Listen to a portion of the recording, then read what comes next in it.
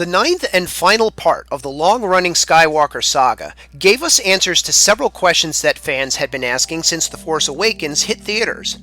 We learned who Rey really is, where Snoke came from, and even found out that Leia had, in fact, trained as a Jedi following the end of the Rebellion.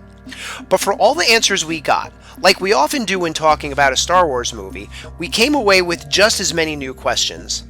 The good news is that the rapidly expanding media universe that now includes several new TV shows in addition to books, comics, and video games may very well give us a better chance of having them answered in some fashion.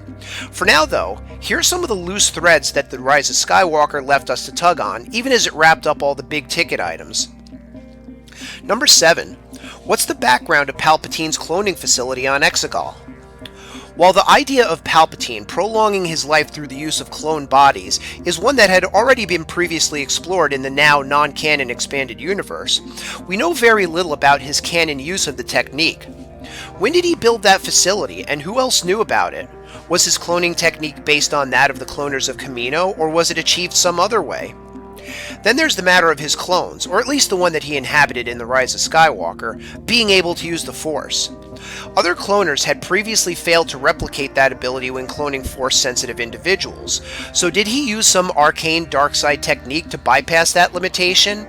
In fact, could this have actually been a facility created by his own one-time master, Darth Plagueis, that Plagueis intended to use for himself before his untimely demise at the hands of his apprentice? Number 6.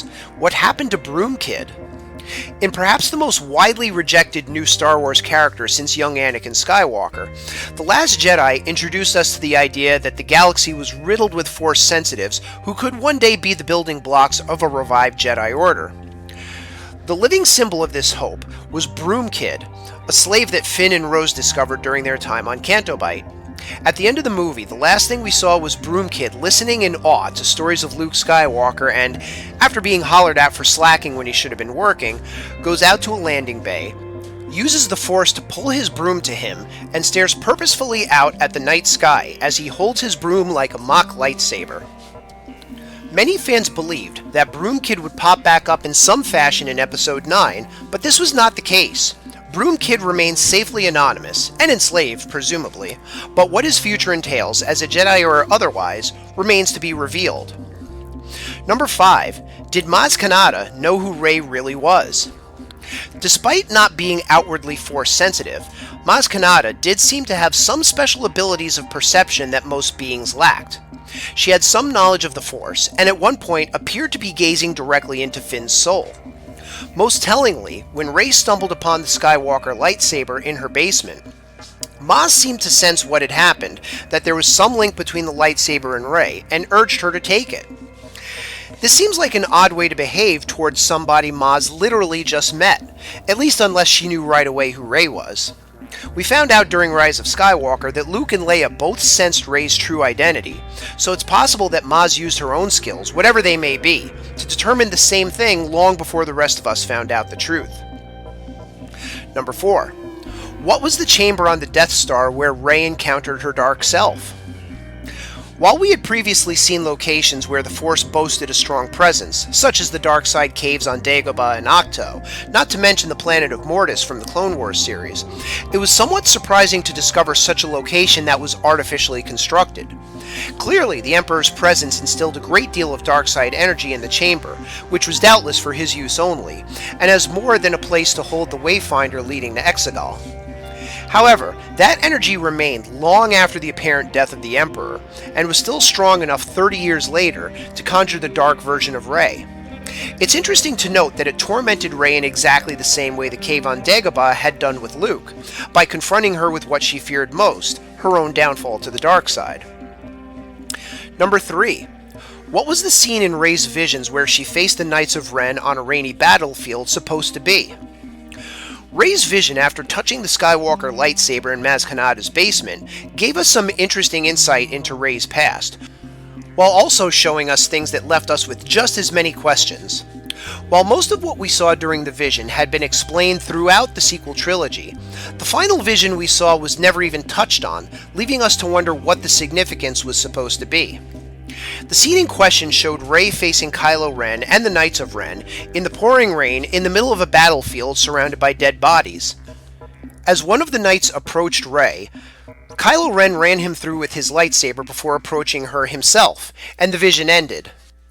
While this could be interpreted to refer to the final battle on Exegol, as Kylo Ren, once more as Ben Solo, fought the Knights in an attempt to reach Rey, it didn't more faithfully parallel actual events as the rest of the vision did, leaving us to wonder what they had in mind for this to eventually lead to. Number 2. What else is out there in the unknown regions? Ever since Disney rebooted the Star Wars canon in 2014, the expanded media have repeatedly referenced the unknown regions, an area of the galaxy that remained uncharted due to the dangerous cosmic conditions that make it all but impossible to not get killed trying to find a way in.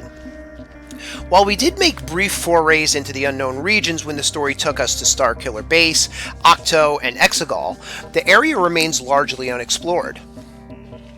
We know very little about what's in the unknown regions. It's where the Imperial Remnant went after their defeat at the Battle of Jakku, and also where they reformed themselves into the First Order. Snoke obviously came from there, and it's also where Grand Admiral Thrawn and his people, the Chiss, originated. Thrawn also brought the Emperor a dire warning about great dangers in the unknown regions that could threaten his empire. There's obviously much to discover in that blank spot on the galactic map, and we've only begun to scratch the surface. At number 1, how will the dark side manifest itself next? While the Sith have been the primary antagonists throughout the Star Wars series, they are far from being the only proponents of the dark side that we've ever met. The two most obvious non-Sith villains to come to mind would obviously be Snoke and Kylo Ren, but there have been many others such as Asajj Ventress, Savage Opress, Mother Talzin and the Night Sisters, the Sun on Mortis, and the Inquisitors. As we now know, the Sith were not actually destroyed after the Battle of Endor, but by all appearances, they met their final end when Rey destroyed the Emperor on Exegol. But with many more stories yet to be told in the Star Wars universe, and the Force certain to play a substantial role in those stories, it will be interesting to see what form the dark side takes next, and what types of villains might emerge to use it against the Jedi of the future. Thanks for watching, and as always, I'd love to hear your thoughts on this video and what questions you still have after watching Rise of Skywalker. Please leave your thoughts in the comments section below, and if you'd like to help support the Star Wars Wavelength channel, please click subscribe to be notified whenever new videos are posted. Thanks for watching, and may the Force be with you. Always.